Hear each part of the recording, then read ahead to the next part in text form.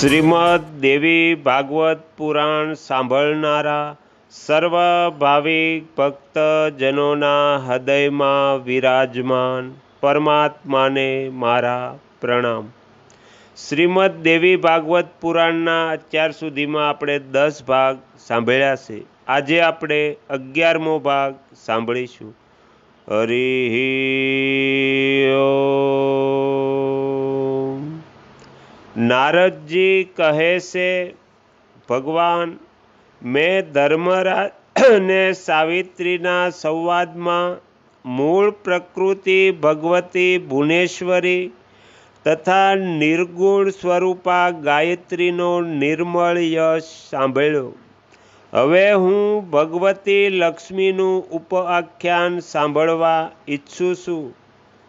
ત્યારે ભગવાન નારાયણ કહે છે, હે બ્રહ્મન, પ્રાચીન સમયમાં સૃષ્ટિના આદિકાળમાં પરબ્રહ્મ પરમાત્મા ભગવાન શ્રી કૃષ્ણના વામ ભાગથી રાસામંડળમાં ભગવતી રાધાજી પ્રગટ્યા।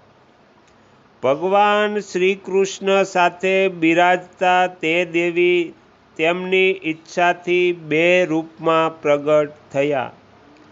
ડાબા અંગમાંથી લક્ષ્મીજીનો પ્રાદુર્ભાવ થયો અને જમણા અંગમાંથી રાધાજી જન્મ્યા। રાધાજીએ પ્રથમ ભગવાન શ્રી કૃષ્ણને પોતાના પતિ રૂપે સ્વીકાર્યા। મહાલક્ષ્મીએ ભગવાન શ્રી કૃષ્ણને પતિ રૂપે સ્વીકારવાની ઈચ્છા વ્યક્ત કરતા શ્રી કૃષ્ણએ એમને ગૌરવ અપાવવા માટે તેઓ પોતે 2 સ્વરૂપે પ્રગટ થયા। પોતાના જમણા અંગમાંથી 2 હાથવાળા શ્રી કૃષ્ણ જ રહ્યા, જ્યારે ડાબા અંગે ભગવાન શ્રી વિષ્ણુના રૂપે પ્રગટ થયા। તેમણે મહાલક્ષ્મીને ભગવાન વિષ્ણુની સેવામાં સમર્પિત કર્યા। એ પછી વિષ્ણુ લક્ષ્મીજીને લઈને વૈકુંઠ પહોંચ્યા। ભગવાન વિષ્ણુ અને શ્રી કૃષ્ણ એક સમાન છે અનેક રીતોથી। લક્ષ્મીજી એ પછી બધા ભાગ્યોથી સંપન્ન થઈને મહાલક્ષ્મીના નામે વૈકુંઠમાં રહેવા લાગ્યા। પાતાળમાં તેઓ નાગલક્ષ્મી નામથી, રાજાઓને ત્યાં રાજલક્ષ્મી અને ગૃહસ્થોના ઘેરે મહાલક્ષ્મી કે ગૃહલક્ષ્મી નામે ઓળખાવા લાગ્યા। આ 3 સ્થળે એમની પૂજા થવા લાગી। સૌ પ્રથમ ભગવાન નારાયણે વૈકુંઠ ધામમાં મહાલક્ષ્મીજીની પૂજા કરી હતી।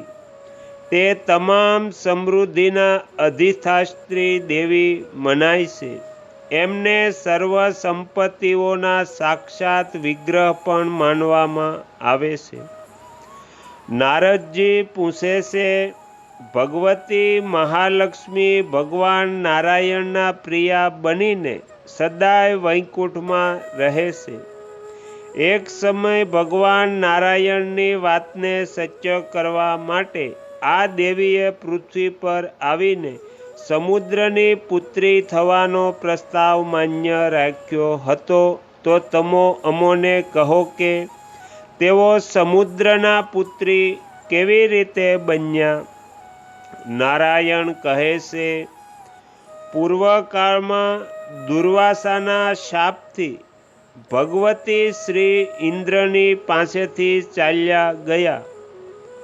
લક્ષ્મીજીએ ગુસ્સે ભરાઈને દુઃખી થઈને સ્વર્ગનો ત્યાગ કર્યો અને વૈકુંઠમાં ગયા અને ત્યાં જઈને મહાલક્ષ્મીમાં લીન થઈ ગયા। એ સમયે સૌ દેવોને ભારોભાર દુઃખી જોતા બ્રહ્માજી સાથે વૈકુંઠમાં આવ્યા। ત્યાં ભગવતી નારાયણ બિરાજ્યા હતા। એ પછી પુરાણ પુરુષ ભગવાન શ્રી હરિની આજ્ઞાથી સર્વ સંપત્તિ એવા લક્ષ્મીજી સમુદ્રની પુત્રી બન્યા। એ પછી સમય પસાર થયો અને સમુદ્ર મંથનનો પ્રસંગ આવતા ક્ષીરસાગરની વલોવણી દરમિયાન મહાલક્ષ્મી પ્રગટ્યા. એમણે પોતાના પ્રસન્ન મુખેથી દેવોને વરદાન આપ્યું. એ પછી તેઓ ક્ષીરસાગરમાં શયન કરનાર ભગવાન વિષ્ણુની પાસે ગયા. એ પછી નારદ વધુમાં પૂછે છે કે પ્રભુ, બ્રહ્મનિષ્ઠ અને તત્વજ્ઞ એવા દુર્વાસા મુનિએ ઇન્દ્રને કેમ, ક્યારે અને કયા ગુના સબબ શાપ આપ્યો હતો? ત્યારે ભગવાન નારાયણ કહે છે કે હે નારદ, એક સમયે મુનિ દુર્વાસા વૈકુંઠથી કૈલાસ શિખર પર જઈ રહ્યા હતા. ઇન્દ્રએ તેમને જોયા. મુનિ દુર્વાસા બ્રહ્મ તેજથી સંપન્ન હતા. અનેક શિષ્યો વળી તેમની સાથે પણ હતા. તેમને જોઈ ઇન્દ્રએ મસ્તક નમાવી વંદન કર્યા. ત્યારે દુર્વાસાએ પણ ઇન્દ્રને આશીર્વાદ આપ્યા. એ પછી ભગવાન વિષ્ણુ પાસેથી મળેલા પારિજાતિના ફૂલ ઇન્દ્રને આપ્યા. પણ રાજ્યના અભિમાનમાં છકેલા ઇન્દ્રએ જરા વૃદ્ધાવસ્થા, મૃત્યુ અને શોકનો નાશ કરે એવા મોક્ષદાયી પ્રસાદી ફૂલોને ઐરાવત હાથીની માથે મૂક્યા.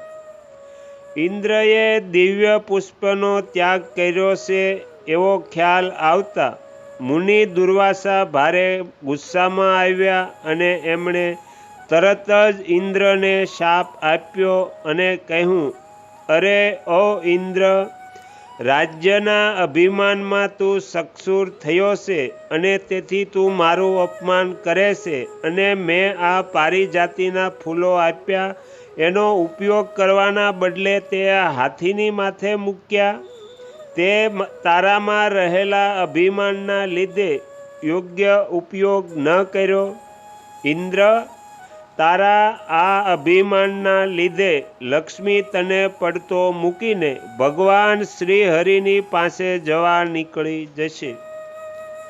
એક તરફ દુર્વાસાએ આમ શાપ આપ્યો અને ઇન્દ્ર ફફડ્યા. તેમણે બીજી જ પળે દુર્વાસાના પગ પકડી લીધા. ભયથી તે ગભરાઈ ગયો હતો. તેથી તે રડી પડ્યો અને કહેવા લાગ્યો, હે મુનિ, આપે મને લક્ષ્મીનાશક મંત્ર આપ્યો તે બરાબર છે અને ગયેલી સંપત્તિ મને પાછી મળે એ માટે કોઈ પ્રાર્થના કરતો નથી, પણ મને જ્ઞાનનો ઉપદેશ આપો. તો અહીંયા શ્રીમદ દેવી ભાગવત પુરાણનો 11મો ભાગ સમાપ્ત થાય છે. હવે પછીના વિડીયોમાં આપણે 12મો ભાગ સાંભળીશું. તમે તમારો કિંમતી સમય આપી એકાગ્ર ચિત્તે પ્રસન્નતાપૂર્વક શ્રીમદ દેવી ભાગવત પુરાણ સાંભળ્યું એ બદલ હું આપ સૌનો ખૂબ ખૂબ આભાર વ્યક્ત કરું છું અને આશા પણ રાખું છું કે તમને સાંભળવું ગમ્યું હશે. જો ગમ્યું હોય તો બીજા 5 લોકોને પણ સંભળાવજો. શ્રી સદગુરુ દેવની જય. આગળના વિડીયો જોવા માટે આ ચેનલને સબસ્ક્રાઈબ કરો અને જો આ વિડીયો પસંદ આવ્યો હોય તો લાઈક કરો.